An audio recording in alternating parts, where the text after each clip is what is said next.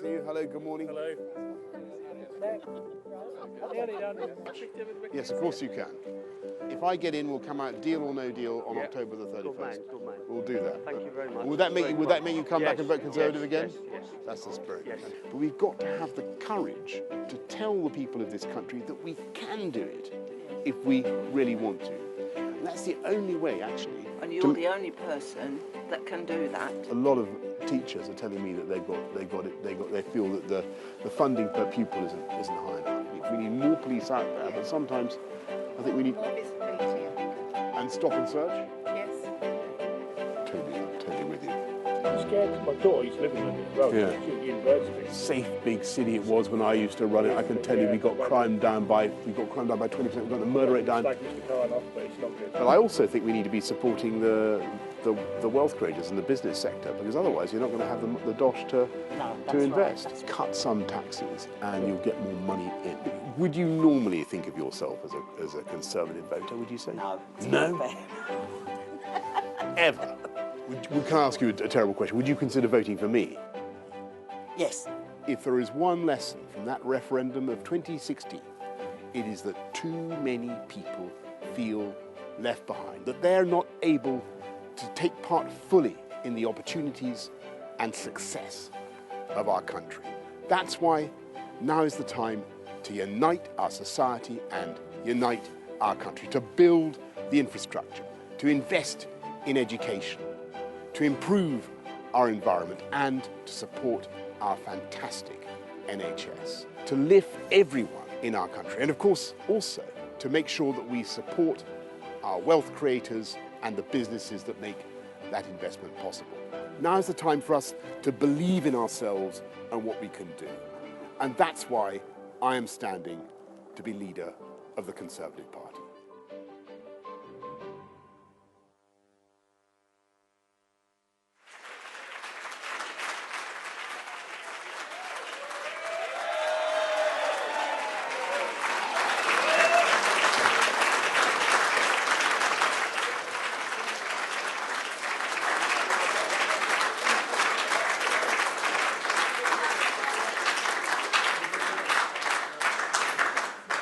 I'm just the warm-up act.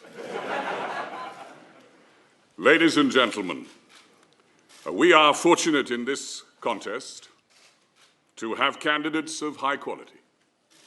And it is crucial that the winner, whomever that might be, receives the full support of the Conservative Party. And they shall have my support full-heartedly and unstintingly. But when weighing my choice of whom to support as our next Prime Minister, I have had to bear in mind certain indispensable requirements. First, these are extraordinary times, and we need a personality big enough, strong enough, and with the political imagination to rise to the historic challenge with which our country is now confronted. Secondly, there must be a determination to provide political leadership. A managerial and bureaucratic approach to politics will not suffice in our present situation.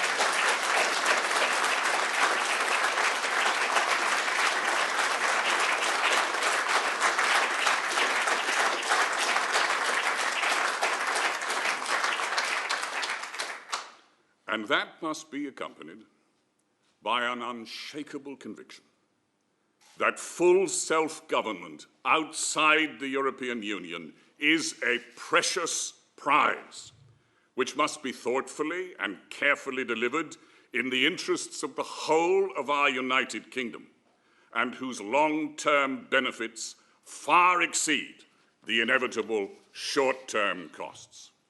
And third, Brexit can only be enacted successfully if strategic instinct is allied to a proven willingness to put together a brilliant team and to trust, delegate to, inform and involve ministerial and parliamentary colleagues at every stage. And finally, we need a leader who can unify the Conservative family and out-campaign and outfight Jeremy Corbyn and Nigel Farage at any time and in any corner of our country.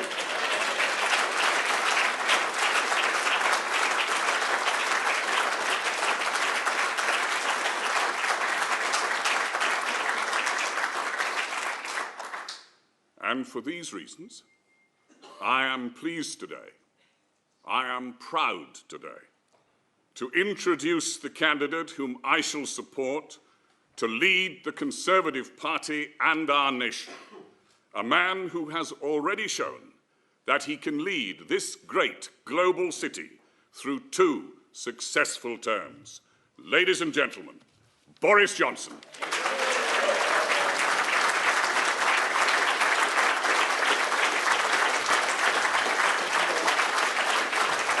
Thank you very much. Good morning, everybody. Thank you.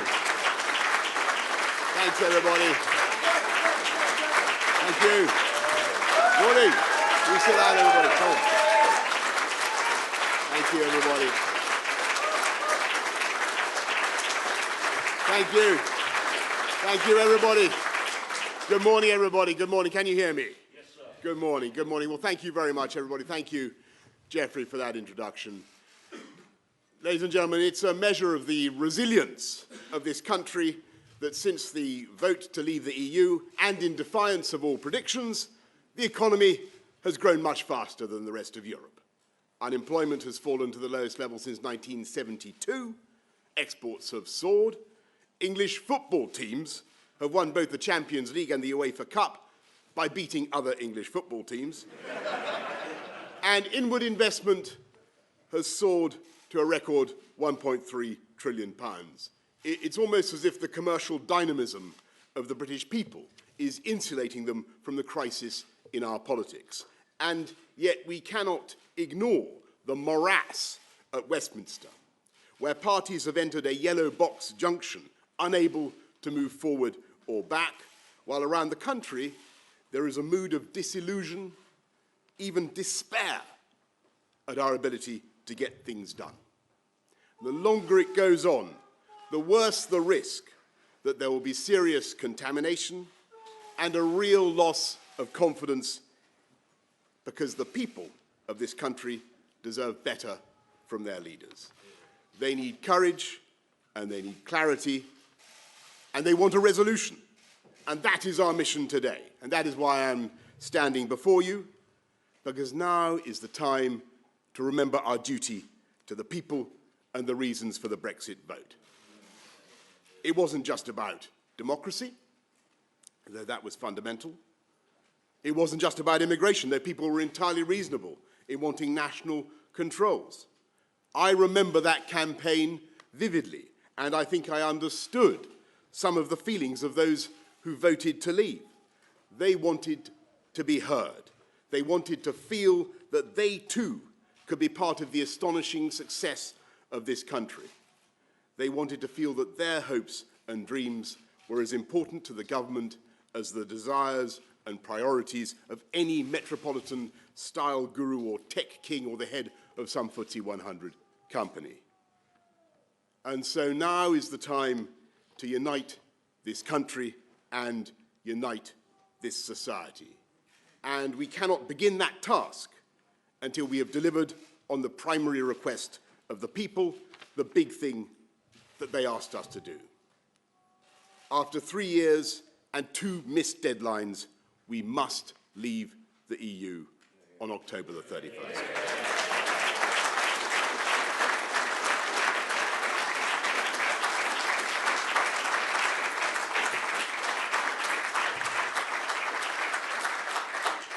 And we must do better than the current withdrawal agreement that has been rejected 3 times by Parliament. And let me be clear that I am not aiming for a no-deal outcome. I don't think that we will end up with any such thing. But it is only responsible to prepare vigorously and seriously for no deal. Indeed, it is astonishing that anyone could suggest dispensing with that vital tool of negotiation. I think this is a great country, and that we are more than capable of rising to the challenge. And it's only by preparing and raising awareness of what no deal might entail that we will ensure that we do not resort to that option. It's only if we have the guts and the courage to get ready for it that we will carry any conviction in Brussels and get the deal we need. Because they don't want no deal any more than I do. And we will simply not get a result if we give the impression that we want to go on kicking the can down the road with yet more delay. Delay means defeat. Delay means Corbyn. Kick the can again, and we kick the bucket. With every week and month that goes by in which we fail to deliver on our promise, I'm afraid we will further alienate not just our natural supporters, driving them into the arms of insurgent parties, but anyone who believes that politicians should deliver on their promises.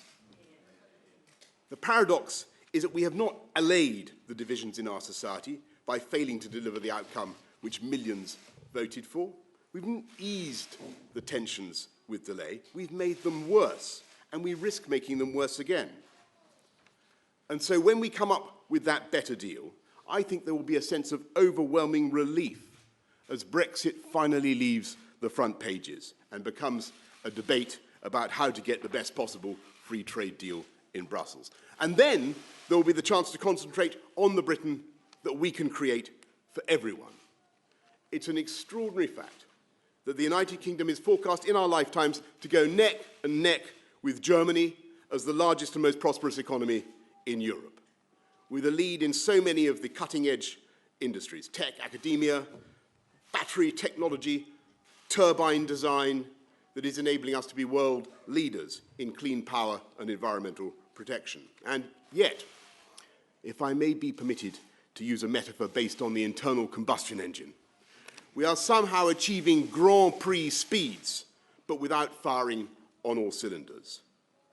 We all know there is a huge gulf in the prosperity between London and the southeast, most productive region in the whole of Europe, and the rest of the UK. And so, if we are to respond to that profound message of the Brexit vote, if we are to unite our country and unite our society, then we must fight now for those who feel left behind. We need now to level up, not to neglect our capital, of course not, but to put in the infrastructure that will lift every region, Northern Powerhouse Rail, proper connectivity in the West Midlands. It is absurd that Spain should have 80% coverage of fibre optic broadband against only 7% in this country. Madness that Leeds should be the largest city in Europe with no metro rail system. We must end the injustice of our education funding gap, both in primary and secondary schools, giving young people everywhere the same tools and the same freedom and the same confidence to succeed, and do more to fund our amazing FE colleges that have been too often forgotten. Because it should be our fundamental moral purpose as a government to bridge not just the wealth gap, not just the productivity gap, but the opportunity gap between one part of the UK and another. And I know we can do it. I know we can unite our country and our society because I have seen and used exactly those tools to help to unite our capital, the greatest city on earth. When I became mayor 11 years ago, we had 4 of the 6 poorest boroughs in the UK. When I left office after 2 terms, we had none of the bottom 20. And although everybody's life expectancy had risen, it was among the poorest quartile that the gains had been fastest. And what was the method by which we brought the city together? We made fantastic investments in affordable mass transit so that people on modest incomes could live near their place of work. We outbuilt labour with more than 100,000 affordable homes. We massively expanded the London living wage, a policy that was then adopted by the national government. We cut the murder rate by 50%, cut road traffic fatalities by 50%. And when you consider that those calamities fall disproportionately on poorer families, you can see that everything we did was driven by a desire for social justice and promoted that outcome. And yet, of course, at the same time, we defended and championed the businesses and wealth creators who make those investments possible. And there was a long period when I was just about the only politician who was willing to stick up for financial services, even though they produce about £70 billion in tax for our economy. And I did it because that is the symmetry at the heart of modern conservatism. We can fight for the teachers and the nurses and the firemen and the armed service personnel and the police precisely because we are willing to encourage the tech wizards and the shopkeepers and the taxi drivers and, yes, the bankers as well. And we enable the extraordinary success of our private sector with a strong, committed, passionate, well-funded public sector. It's that synergy, that symbiosis, that sizzling syzygy that is so fertile in generating further economic growth. And that is the formula. That is the way we will bridge the opportunity gap and bring the country together, responding to the mighty plea of the majority of our people for fundamental change on the 23rd of June 2016. So that no town, no community, no person feels left behind. And that is the way we will reknit the bonds of this amazing country. And in everything we do, we will seek to strengthen the union of our four nations, that invincible quartet, the awesome foursome that makes up the UK, the world's soft power superpower. And I've seen across the world, in our armed forces, in our diplomacy, our sheer cultural impact, how we are so much more than the sum of our parts. Our friends abroad don't think of England or Scotland or Wales or Northern Ireland. They think of all the values that are expressed by that union flag: economic and political freedom, democracy, free speech, human rights, a passionate determination to campaign for the protection of the natural world, female education. That's what they know the United Kingdom stands for, and they admire it deeply. And over the last few years, I've seen in our friends the desire for this country to recover its confidence and self-belief. And the curious thing is that very often it's been our friends and partners who have shown more confidence in this country than we have ourselves.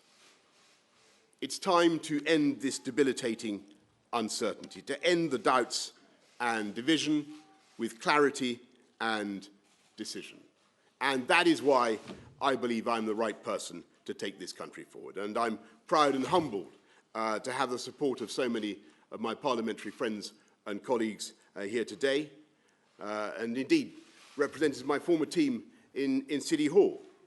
And though I do not for 1 minute underestimate the complexity and challenges that lie ahead, I have long experience of managing real short-term difficulties in the confident expectation of long-term success. I took this city through riots and strikes and all the teething problems of the Olympics, which was actually no picnic, as I remember, and with a team of stars, we brought this city together with new infrastructure, with renewed and relentless emphasis on education and technology.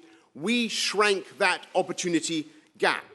And to sum up my mission in a sentence, what I want to do now, with your help, is to do for the whole country what we did in London, releasing the creative energies of our country and its peoples and healing its divisions. And I will make one final observation. I know the London Labour left. I have studied them and their ways. I know who they are. I know what kind of people. I know their obsessions with strange far-left Latin American caudillos with proto-Marxist views and a curious hostility to free speech. And yet in Jeremy Corbyn we have a man who is far to the left of Ken Livingstone in his nihilistic determination to hike taxes to penal rates, to attack wealth creation and private property, and in his failure, again and again, to extirpate anti-Semitism from his circle. And I'm afraid that what he stands for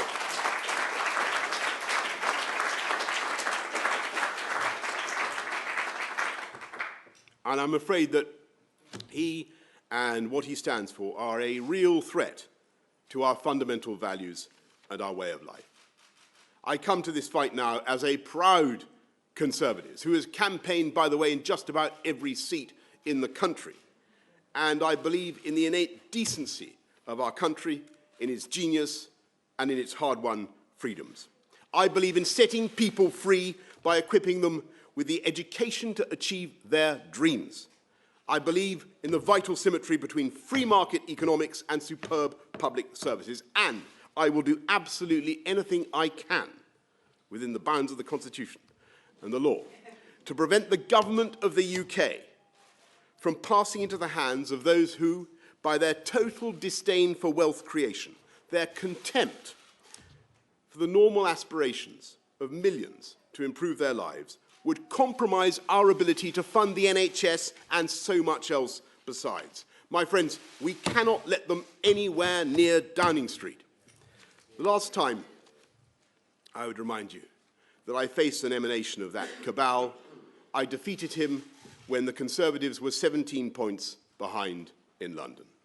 We can do it again, and we must. We can get Brexit done, and we can win. We can unite our country and our society, and that is why I'm standing to be leader of the Conservative Party and Prime Minister, because this contest is not chiefly about any one person or even about the Conservative Party. It is the opening salvo in a battle to restore faith in our democracy, to renew the natural ties of affection that unite the UK, and to protect this country from red-toothed, red-clawed socialism of today's Labour Party.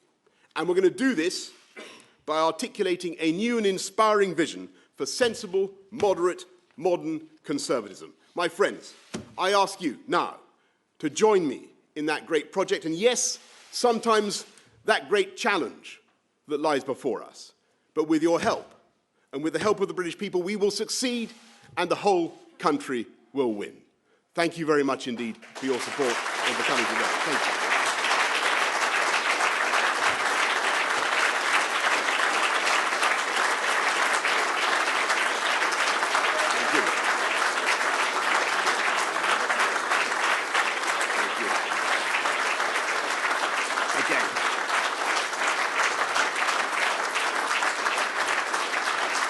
Thank you, everybody.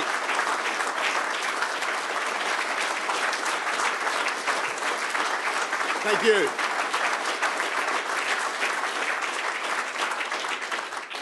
Thank you very much, everybody. I'm told we're going to have 6 questions from representatives of the media. Well, that's a huge number, and I'm going to go first of all to Laura Koonsberg of the BBC, and then I'm going to go to Beth Rigby. Laura. Thank you very much. Mr. Johnson, you suggested that Brexit would be a straightforward win-win, and actually it's been a chaotic mess. As Foreign Secretary, you offended people at home and abroad. You have a reputation for being cavalier with vital detail, and already in this campaign you're telling some supporters you'll do everything to avoid leaving the EU without a deal, and others that you gladly would do that. It's a simple question. If you want to be Prime Minister, can the country trust you? Well, yes, of course, Laura. And the answer, I think, perhaps in that great minestrone of observations, was one substantive question, which was that one crouton I picked up, which was that you think that I've been somehow inconsistent. I mean, somehow inconsistent, Laura, in saying that I don't want a no-deal outcome, but I think it is right for our great country to prepare for that outcome. And I think what most people understand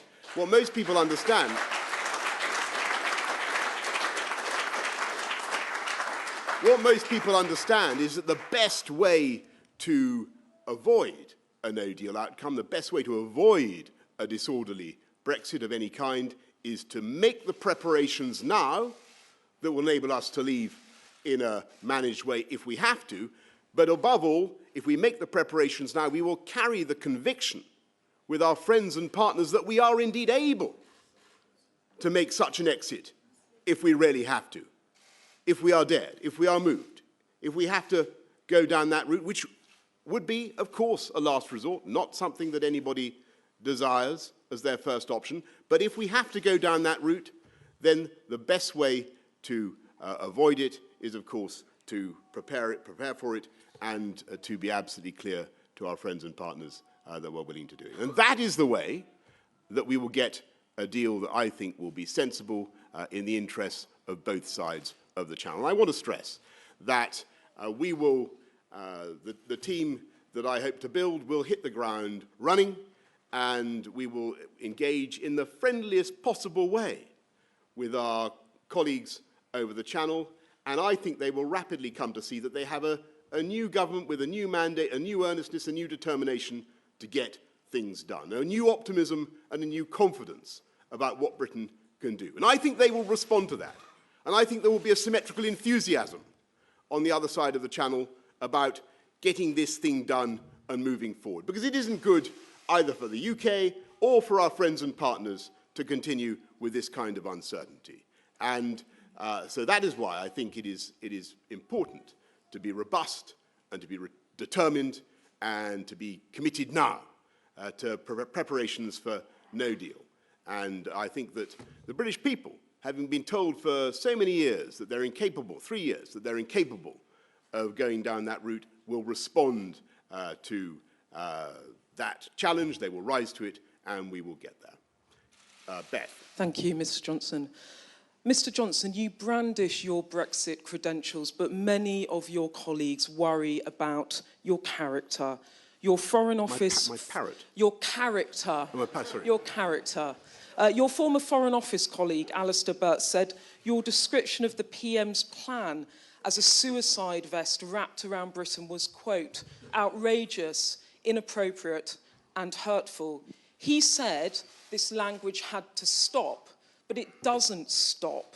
You brought shame on your party when you described veiled Muslim women as letterboxes and bank robbers. People who have worked closely with you do not think you're fit to be Prime Minister. Well, Beth, I'm delighted that many of my former colleagues seem to dissent from that view. But nonetheless, I want to make a general point. You've asked a fair question, Beth, and a good question. I want to make a general point about the way I do things and the way and the language I use, because of course occasionally some plaster comes off the ceiling as a result of a phrase I may have used, or indeed as a result of the way that phrase has been wrenched out of context and interpreted by those who wish, for reasons of their own, to caricature my views. But I think it is vital that we as politicians remember that one of the reasons why the public feels alienated now from us all as a breed of politicians is because too often they feel we are muffling and veiling our language, if I might put it that way. Not speaking as we find, covering everything up in bureaucratic platitudes, when what they want to hear is what we genuinely think. And if sometimes in the course of trying to get across what I genuinely think, I use phrases and language that have caused offence, of course I'm sorry for the offence that I have caused, but I will continue to speak as directly as I can, because that is what I think the British public want to hear.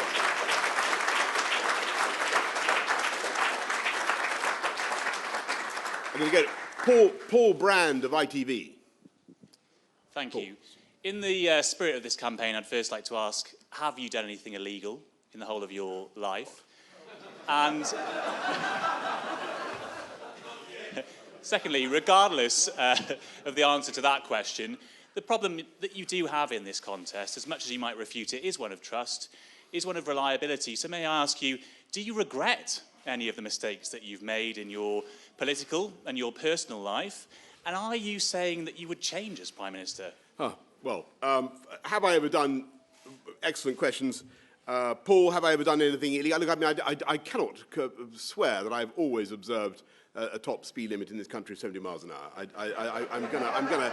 I would not want to be put on catechize you closely on that. On your general question about, this is the key issue here. Do I do what I promise I'm going to do as a politician? That is the issue, that's the issue that you legitimately raise, Paul. And the answer to that is yes. You look at what we did in City Hall. We said we would do X, we ended up doing X plus 10. I mean, virtually every single, we said that we'd do 100,000 homes, and we did slightly more. Perhaps not a huge number more, but slightly more. I promised to stop knife crime, which was out of control, or to cut knife crime. And you remember what was happening 11 years ago or so when I was first, and I see veterans of that campaign, I'm proud to say, here in the front.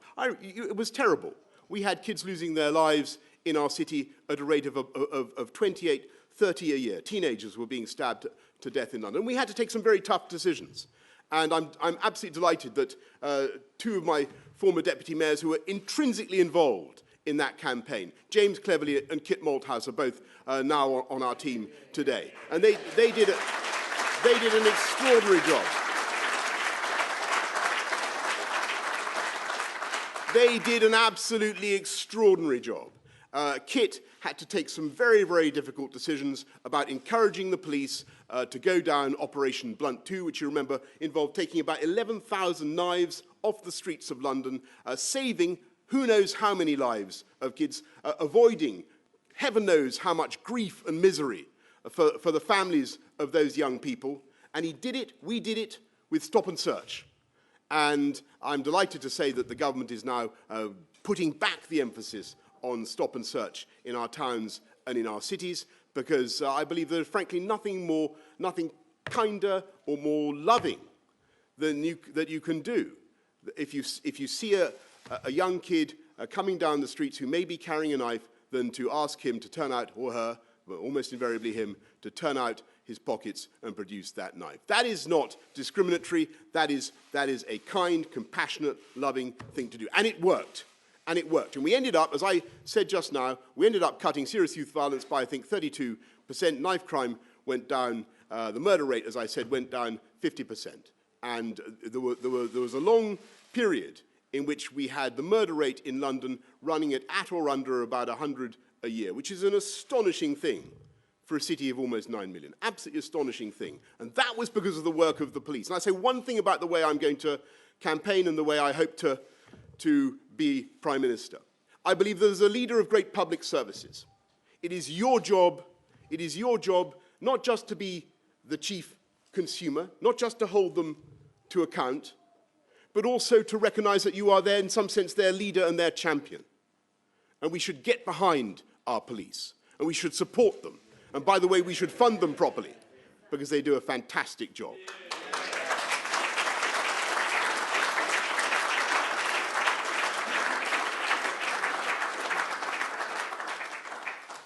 I'm going to go to Jason Groves of the Daily Mail. Is he here? Thank you. Can we sort out this drugs question, which seems to have bedeviled this campaign so far? You told GQ some years ago now, when asked whether you'd taken cocaine, yes, I tried it at university, and I remember it vividly, and asked whether the drug had actually gone up your nose. You said, yes, it must have done, but it didn't do much for me. Were you telling the truth then, and do you regret the fact that you took a Class A drug? Well, I think the canonical account of this event when I was 19 has appeared many, many times, and I think what most people in this country really want us to focus on in this campaign, if I may say so, is what we can do for them and what our plans are for this great country of ours. And I think that the prospectus that I'm setting out this morning of solid modern conservatism, of a one-nation vision, championing the wealth-creating sector of our country, extolling the merits, and I don't think we've done it enough over the last few years, extolling the merits of free market capitalism. Yes, I'm going to use that word, extolling the merits of free market capitalism, because we believe that that is the way to support the poorest and the neediest in society. That is at the core of what we're trying to do. That is a message that I don't think people have heard enough in the last few years. I'm absolutely determined to make it the core of my campaign, and all the rest of it, frankly, is, I think, in danger of blowing us off track. Let's focus on what conservatism is. Let's focus on what conservatives can do. That is what the public want to hear. And what they want to hear also is, can we find a leader now who can beat Jeremy Corbyn and deliver a sensible Brexit that fights off the threat from the insurgent Brexit party? And I have to say that that is the job that I believe I'm best suited to do today. So that's where I think the public want us to direct our energies. I'm going to go now to George Barker of the Financial Times, or Mon Journal Préféré, as Jacques Delors used to say. Very gentil. Thank you. I'm sure he did. Thank you, Mr. Johnson. I just wondered if I could ask you, you mentioned earlier about some of your phraseology has a tendency to blow the plaster off the ceilings. Could I ask you, I won't use the word because this press conference is being broadcast live, but you famously said F business. I wonder what you would say to FT readers who are concerned that that off-the-cuff comment might turn out to be official policy should you become Prime Minister. What exactly did you mean when you said F business? Well, George, first of all, I want to say I genuinely do love the Financial Times, and I have your app, and I read your work literally every day. Everybody, I think, if you look at my record as a campaigner, as a politician, I don't think there is anybody in the modern Conservative Party who can be honestly said to have done more to stick up for business, even in the toughest of times. And I just, you know, it was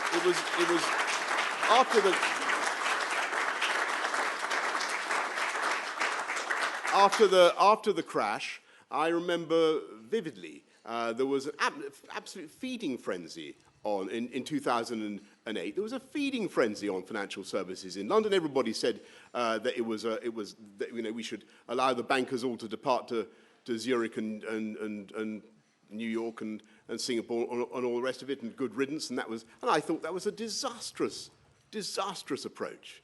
And our fantastic city and this UK economy benefits from hard-working people. And they're not all, by the way, on massive incomes in financial services. Don't forget that. There are probably 500,000 people in this city who depend on financial services, but they're not all on massive incomes. Financial services put bread on the table for people on modest incomes across London, across the UK. And I will stick up for them. I will stick up for every business in this country. And when I was Foreign Secretary, I might say, I spent much of my time trying to sell this or that. I'm delighted to see my friend Michael Fallon there, because he and I will know what it's like flying around the world. One of the most important things you have to do as a government minister, and Pretty and Ian, others will know, you have to sell the UK abroad. And I can tell you that if I'm lucky enough to become our leader and Prime Minister, there will be no more enthusiastic, committed champion and salesperson, man, sort of sake of accuracy, salesman of the UK. That is the mission. Last question goes to Heather Stewart of The Guardian.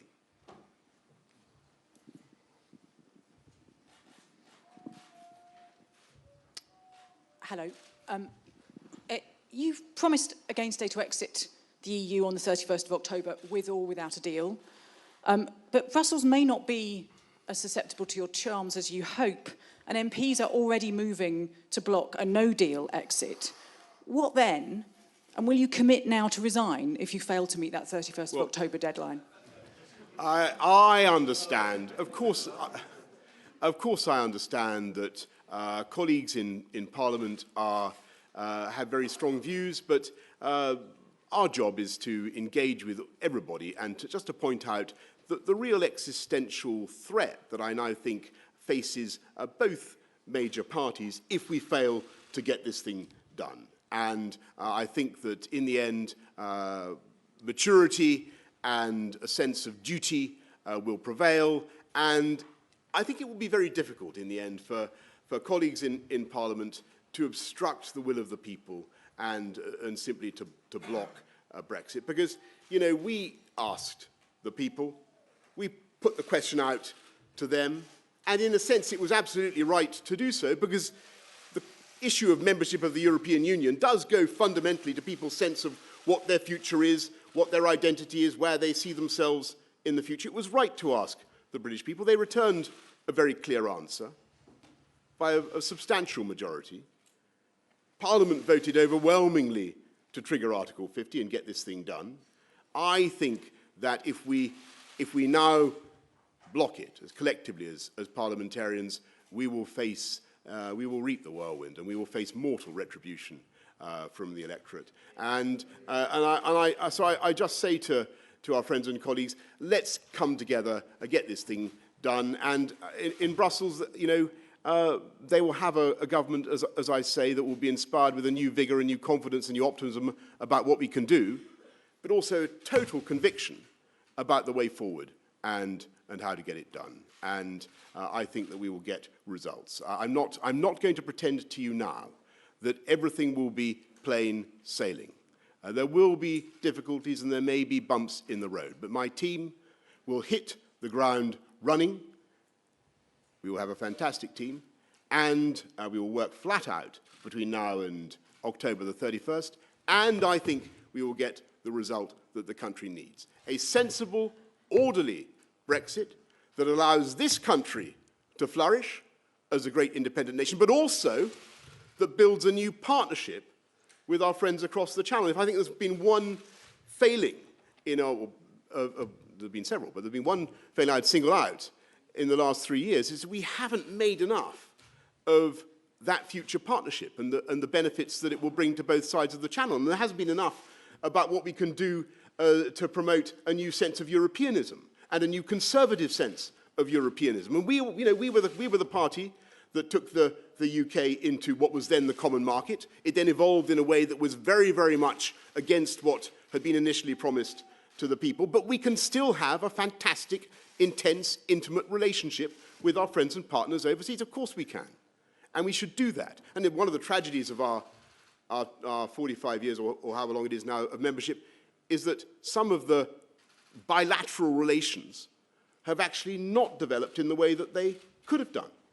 And teaching of French, German in our schools has actually declined, paradoxically, rather than increased. Now's the time, not just to to come out of the European Union, but actually to intensify our trading relationships, our friendships, our partnerships with those European nations. And we can do that. And that should be the ambition of Conservatives as well. Anyway, folks, I'm going